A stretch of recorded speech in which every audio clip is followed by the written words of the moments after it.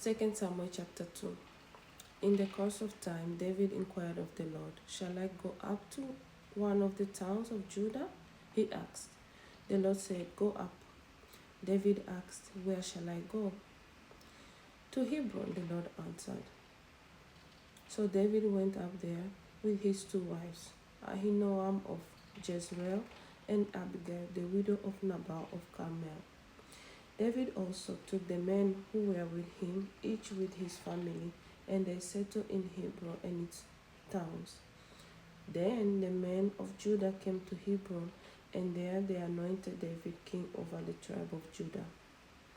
When David was told that it was the men from Jabesh Gilead who had buried Saul, he sent messengers to them to say to them, "The Lord bless you for showing this kindness to Saul your master by burying him. May the Lord now show you kindness and faithfulness, and I too will show you the same favor because you have done this. Now then, be strong and brave, for Saul your master is dead, and the people of Judah have anointed me king over them." Meanwhile, Abner, son of Ner, the commander of Saul's army, had taken Ishbosheth, son of Saul, and brought him over to Mahanaim. He made him king over Gilead, Ashuri, and Jezreel, and also over Ephraim, Benjamin, and all Israel.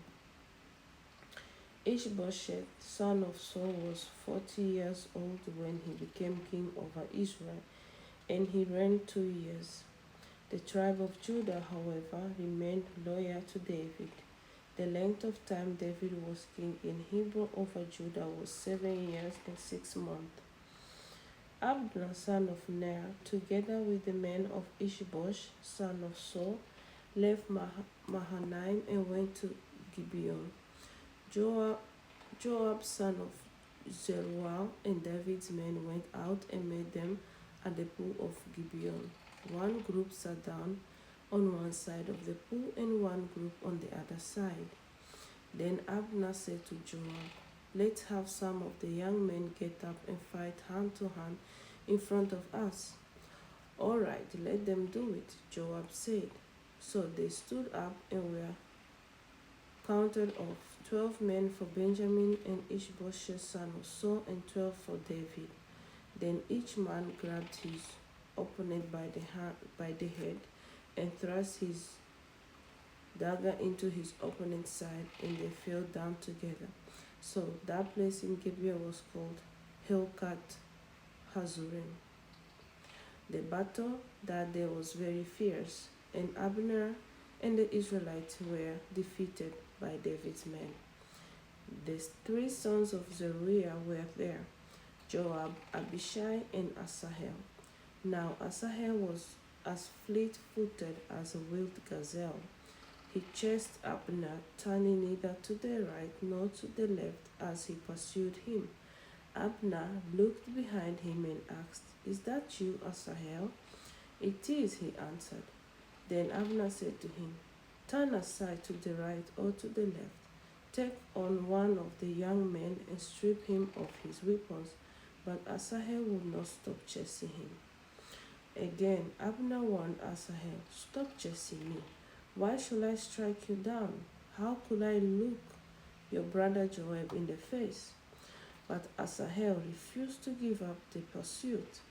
So Abner thrust the butt of his spear into Asahel's stomach, and the spear came out through his back.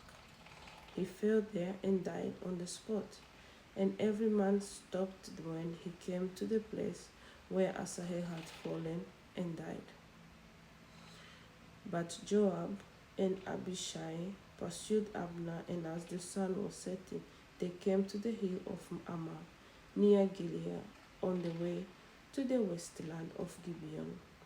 Then the men of Benjamin rallied behind Abner. They formed themselves into a group and took their stand on top of a hill. Abner called out to Joab, "Must the sword devour forever? Don't you realize that this will end in bitterness? How long before you order your men to stop pursuing their fellow Israelites?" Joab answered, As surely as God lives, if you had not spoken, the men would have continued pursuing them until morning. So Joab blew the trumpet, and all the troops came to a halt. They no longer pursued Israel, nor did they fight anymore. All that night, Abner and his men marched through the Arabah. They crossed the Jordan, continued through the morning hours, and came to Mahanaim. Then Joab stopped pursuing Abner and assembled the whole army. Besides Asahel, 19 of David's men were found missing, but David's men had killed 360 Benjamites who were with Abner. They looked They took Asahel and buried him in his father's tomb at Bethlehem. Then Joab and his men marched all night and arrived at Hebron by daybreak.